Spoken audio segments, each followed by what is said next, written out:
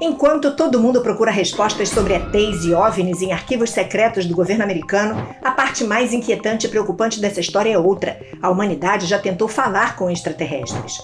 Por que cientistas decidiram mandar mensagens para o espaço? O que exatamente foi enviado? E por que essas tentativas podem ter sido mais arriscadas do que parece? O Pura Teoria te mostra agora.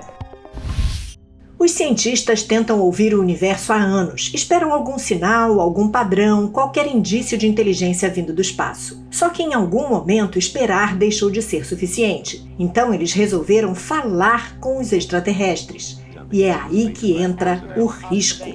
No instante em que a humanidade decide mandar uma mensagem para o espaço, ela deixa de só observar e passa a chamar a atenção.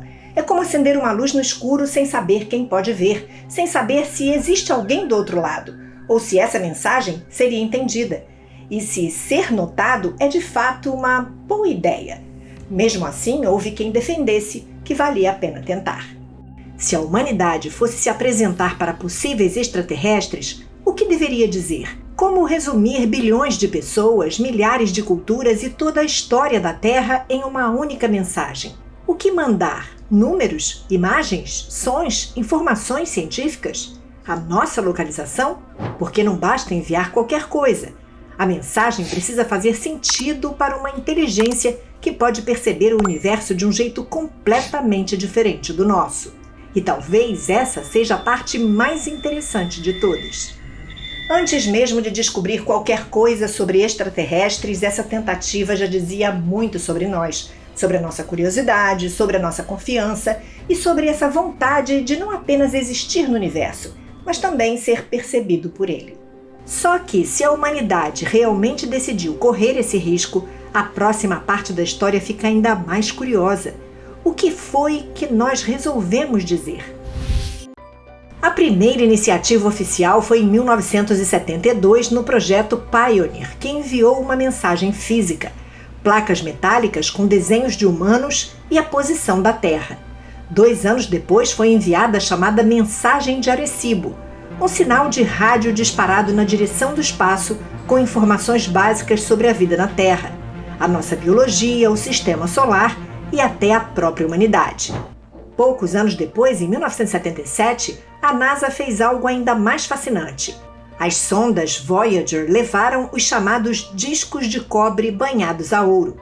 Se a mensagem de Arecibo parecia um pacote de informações, os discos de ouro pareciam uma tentativa de apresentar a Terra. Tinham sons de natureza, cumprimentos de vários idiomas, músicas, imagens e instruções de como reproduzir tudo aquilo. Em 2008, a Agência Espacial Nacional da Ucrânia transmitiu uma mensagem sobre o exoplaneta Gliese 581c, localizado a cerca de 20 anos-luz da Terra.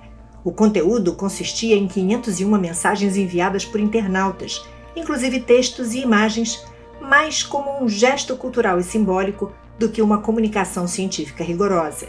Na época, acreditava-se que Gliese 581c poderia ser habitável, mas estudos posteriores mostraram que não há vida por lá. Só que nem todo mundo olhou para isso com encanto. Porque se por um lado existe esse fascínio de apresentar a Terra para possíveis extraterrestres, por outro existe uma preocupação bem mais desconfortável. E se chamar a atenção não for uma boa ideia? Essa é a parte em que a história fica mais tensa. Ao longo dos anos, alguns cientistas passaram a defender que mandar mensagens para o espaço pode ser imprudente. A lógica é simples e até meio assustadora. Se existir uma civilização muito mais avançada do que a nossa, não tem como saber como ela reagiria ao descobrir que estamos aqui. Encontros entre civilizações mais avançadas e menos avançadas aqui na própria Terra raramente terminaram bem para o lado mais fraco. Então, na dúvida, talvez a questão não seja pensar em como mandar uma mensagem, mas em se vale a pena mandar. Só que mesmo com esse medo, houve quem defendesse exatamente o contrário. Para esse grupo, o silêncio não faz muito sentido. Primeiro porque a Terra já manda outros tipos de sinais há muito tempo. Rádio, televisão, radar, transmissões, satélites. De certa forma, nossa presença já não é exatamente um segredo. E segundo porque, para eles, tentar contato é quase inevitável, quase uma continuação natural da curiosidade humana. Foi aí que surgiram iniciativas mais diretas, com gente defendendo mensagens intencionais, planejadas e enviadas com o objetivo claro de tentar uma resposta. Só que nesse ponto a discussão já não era mais só científica, ela virava quase uma questão de responsabilidade. Porque uma coisa é querer descobrir se existe vida inteligente fora da Terra, outra bem diferente é decidir que a humanidade inteira deve se apresentar ao desconhecido. Por via das dúvidas, como muitos pesquisadores questionam se é seguro enviar mensagens para possíveis civilizações sem saber suas intenções, melhor não mandar nada.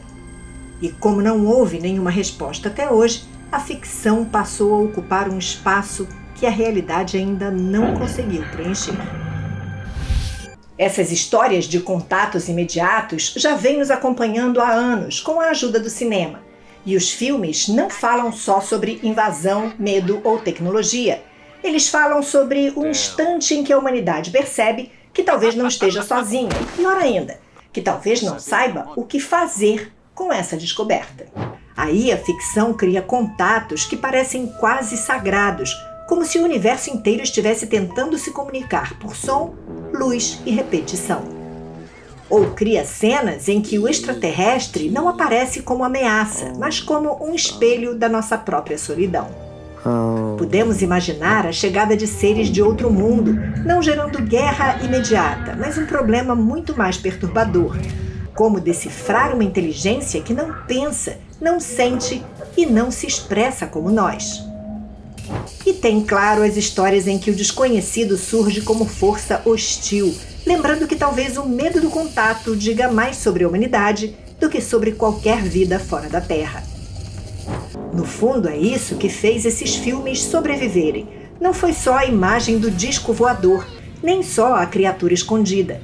Foi a promessa de que existe alguma coisa lá fora tentando falar ou esperando que a gente fale primeiro. E enquanto nenhuma resposta chega, continuamos fazendo o que sempre fizemos, olhando para o céu, imaginando quem pode estar do outro lado e inventando na arte o diálogo que a realidade ainda não nos permitiu ter.